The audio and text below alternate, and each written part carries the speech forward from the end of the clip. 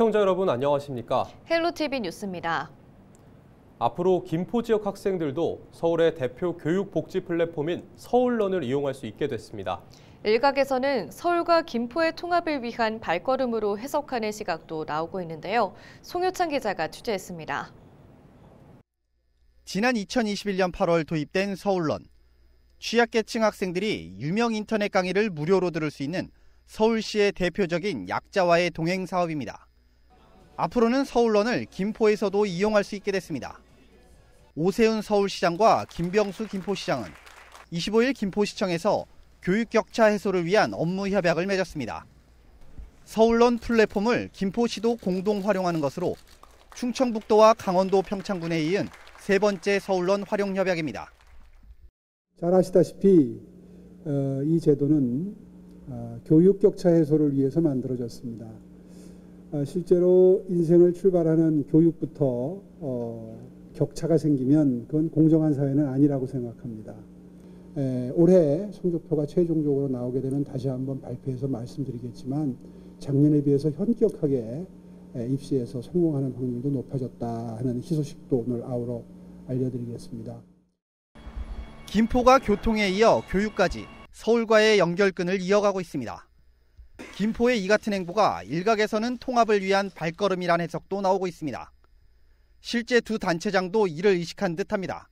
앞으로 교통, 교육뿐만이 아니라 우리 김포가 서울과 통합을 통해서 김포 시민들이 우리 생활권에 맞는 제도와 시스템, 그 인프라를 누릴 수 있는 그런 시대가 오기를 정말 희망을 합니다. 바다를 갖고 있는 김포와 서울이 함께 손잡고 해양도시 서울로 도약하는 날 손꼽아 기다리겠습니다. 김포 골드라인을 비롯해서 지하철 연결되고 기후동행 카드 함께 쓰시고 그리고 이제 이런 교육 정책까지 함께 누리시게 되면 한 걸음 한 걸음 서울시와 김포시와 서울시가 가까워지는 거죠. 지하철과 버스, 기후동행 카드에 이어 이번엔 교육까지. 김포의 서울바라기가 통합으로 이어질 수 있을지 관심이 모아지고 있습니다. 헬로티비 뉴스 송희창입니다. 다음은 부천 지역의 훈훈한 소식입니다. 부천에서 부인과 40년째 슈퍼마켓을 운영하는 60대 백원선 씨. 최근 20대 청년이 남기고 간 봉투를 열어보고 크게 놀라는 일이 있었습니다. 봉투 안에는 현금 20만 원과 함께 많은 금액은 아니지만 두 분 외식하실 때 보태 쓰시면 기쁠 것 같습니다. 덕분에 살아있습니다. 감사합니다. 라는 손글씨 메모가 적혀 있었기 때문인데요. 백 씨 부부가 기억을 더듬어 보니 실직을 해 형편이 어려워지면서 매번 캔커피 하나를 카드로 결제하던 한 청년이 몇 달 전 어느 날 라면 한 개를 외상으로 부탁했던 일이 생각났습니다. 당시 부부는 청년을 안타깝게 여겨 5만 원어치 생필품을 건네기도 했는데 이후 취업에 성공한 청년이 감사의 뜻을 전하려고 현금을 들고 찾아와 고마움을 표시한 겁니다. 이 사례는 부천시가 취약계층을 발굴하고 지원하는 이른바 온스토어 사업 중 실제로 있었던 일화입니다. 온스토어는 슈퍼마켓, 편의점 등 동네 가게들이 주변에 어려운 이웃을 발견해 물품을 지원하면 부천시가 비용을 보전해주고 복지 서비스를 제공하는 플랫폼으로 지난 2023년 시작됐습니다. 부천의 온스토어 참여 가게는 134곳으로 현재까지 어려운 이웃 1,500여 명에게 9,200만 원 상당의 긴급 생필품이 돌아갔습니다. 뭉클해가지고 막 울컥한 기분이 막 나고 그러더라고요. 슈퍼를 한 40년 가까이 여기서 지금 했는데 보람이 있는 부분도 있구나 하는 생각을 하다 보니까는 아주 크지는 않지만은 작은 것도 서로 이렇게 공유하면서 어려운 것도 물어보고 그런 거를 이 슈퍼가 그 동네에서 조그만 그런 역할을 하고 있지 않을까 그런 생각도 들더라고요. 더불어민주당 이건태 국회의원이 25일 새벽 KTX 이읍열차의 서해선 소사역 정차를 위한 해법을 마련하기 위해 소사역을 찾았습니다. 이번 점검에서 이건태 의원은 철도 역사시설을 둘러보며 KTX 이읍열차의 소사역 정차 당위성을 주장하는 한편 열차 정차를 위한 추진 방안을 검토했다고 밝혔습니다. 이번 현장 점검에는 김기표 의원과 조용익 부천시장을 비롯해 한국철도공사, 국가철도공단과 서해선 민자사업 시행자 등이 함께했습니다. 최근 계속되는 건조한 날씨로 산불 위험이 커지고 있습니다. 지난 주말 전국 곳곳에서도 산불이 발생했는데요. 산림청은 전국 대부분 지역의 산불 위기 경보를 주의 단계로 상향했습니다. 정승환 기자입니다. 산등성이에서 희뿌연 연기가 솟아오릅니다. 곳곳에서 피어오른 구름 연기로 산이 온통 뒤덮였습니다. 지난 21일 저녁 7시쯤 강원도 정선군 한 야산에서 불이 나 임야 30헥타르가 타고 주민 한 명이 손에 화상을 입었습니다. 불은 발생 18시간 만인 다음 날 낮에서야 꺼졌는데 화목 보일러에서 튄 불티가 산으로 옮겨 붙은 것으로 추정됩니다. 지난 주말 전국 곳곳에서도 산불이 잇따랐습니다. 지난 23일 경기도 연천군에선 농산 폐기물 소각 중 산불이 발생해 임야 1헥타르를 태우고 1시간 만에 꺼졌습니다.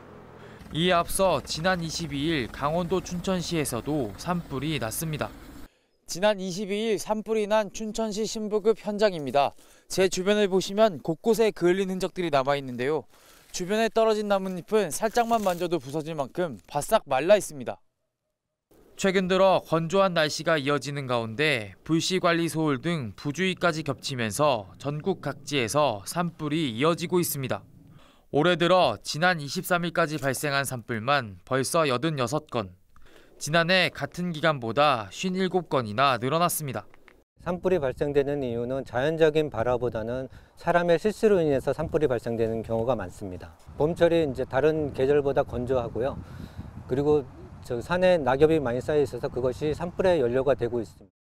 산불 위기경보가 주의 단계로 상향된 가운데 산불 위험은 당분간 계속될 전망입니다. 수도권과 강원, 경상 등 전국 곳곳에는 24일에도 건조특보가 내려지는 등 메마른 날씨가 이어졌습니다. 여기에 동해안과 강원 산지를 중심으로 강풍 예비특보까지 내려져 대형 산불 발생 우려까지 커지고 있습니다. 현재 강원도 전 지역에 건조특보가 발효 중이고 특히 동해안과 산지를 중심으로 건조경보가 발효되는 등 전국으로 대기가 매우 건조합니다. 특히 25일 오전부터 강원 동해안과 산지는 순간풍속 25m 이상으로 매우 강한 바람이 불면서 강풍특보가 발표될 가능성이 있습니다. 산림당국은 건조한 상황에서 강한 바람이 불면 작은 불씨가 큰 불로 번질 수 있는 만큼 각별한 주의를 당부했습니다. 특히 산과 가까운 곳에선 쓰레기 등을 태우지 말고 화목난로나 담뱃불 등 작은 불씨도 완전히 꺼졌는지 반드시 확인해야 한다고 강조했습니다. 헬로티비 뉴스 정승환입니다. 서울시가 산속에 위치한 배수지에 소방시설을 설치해 산불 위험에 대비합니다.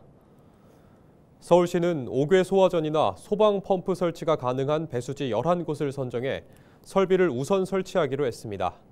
이에 따라 지난해 양천구 신정배수지에 우선 소방시설 구축을 마치고 나머지 10곳은 올해 공사 예정입니다. 또 소방 설비가 어려워 이번 사업에서는 제외됐던 배수지 17곳도 용역을 통해 추가 설치에 나설 계획입니다. 경기도가 지난해 1월부터 경기도형 준공영제인 시내버스 공공관리제를 1년간 시행한 결과 민원과 교통사고 건수가 감소하고 운행 횟수와 막차 시간 준수율이 증가한 것으로 나타났습니다. 도는 지난해 1월부터 시내버스 공공관리제를 시행한 300개 노선 2,100여 개를 대상으로 시내버스 민원 교통사고 건수와 운행 횟수 준수율 등 시내버스 전 분야에 대한 평가 결과를 발표했습니다. 평가 결과를 보면 국민신문고 등으로 접수된 시내버스 민원 발생 건수는 2023년보다 27% 감소했습니다. 31개 시군에서 여객자동차 운수사업법 위반으로 실시한 행정처분 건수도 지난 2023년 404건에서 2024년 342건으로 15% 감소되는 등 제도 시행 이후 운전자 법규 위반과 이용객 불편이 줄어든 것으로 나왔습니다. 시내버스 교통사고도 2023년 1,070건에서 2024년 732건으로 32% 낮아졌습니다. 경기도는 이번 평가를 토대로 서비스 개선, 재정 절감, 노선 개편, 공공성 확보 분야를 중심으로 시내버스 공공관리제 종합계획을 수립하기로 했습니다.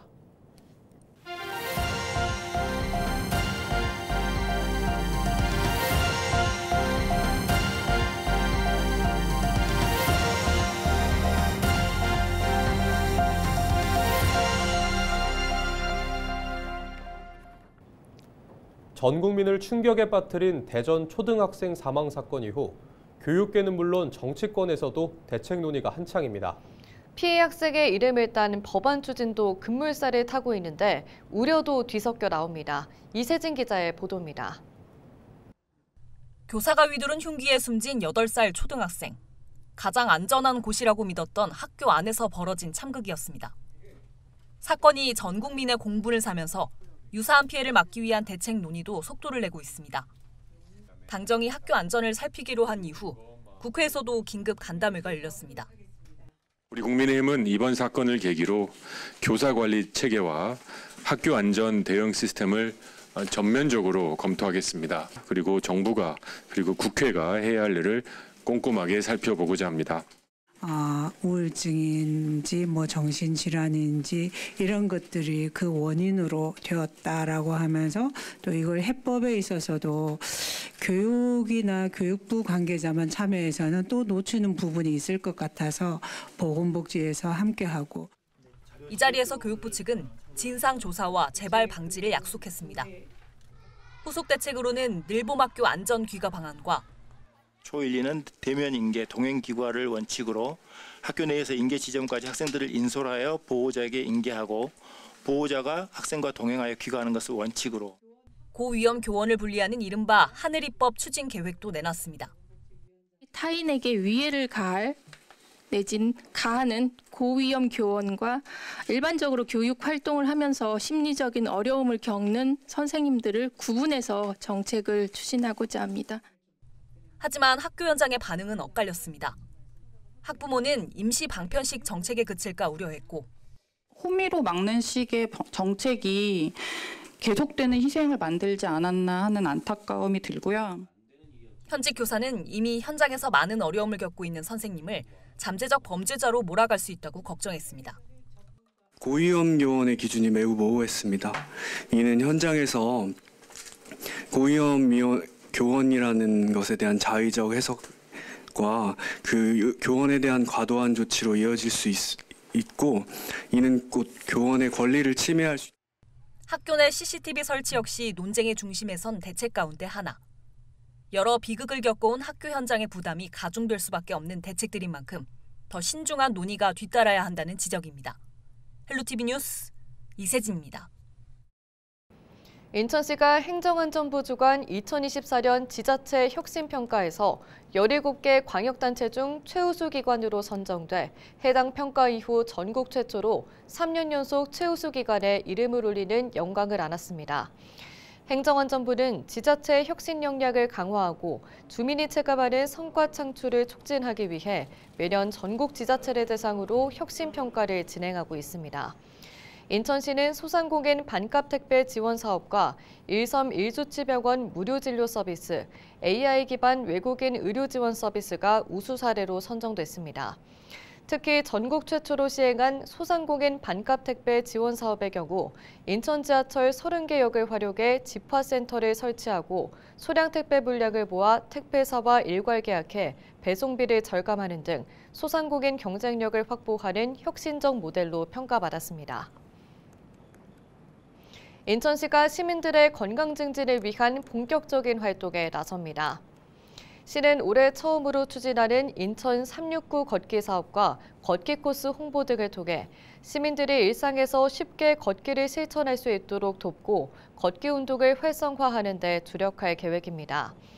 우선 369 걷기 챌린지는 시민들이 하루 7,000보 이상 걷기를 목표로 설정해 실천할 수 있도록 돕는 프로그램으로 걷기를 지속적으로 이어나갈 수 있게 유도할 예정입니다. 시가 처음으로 직접 시민을 대상으로 주도하는 사업으로 모바일 애플리케이션 워크온을 활용해 목표 걸음수를 달성한 시민에게 만원 상당의 모바일 문화상품권을 제공하는 방식으로 운영됩니다. 또 시민들의 걷기 운동 참여를 촉진하기 위해 군구별로 추천하는 걷기 좋은 코스를 적극적으로 홍보할 계획입니다. 이상으로 뉴스를 마칩니다. 시청해주신 여러분 고맙습니다.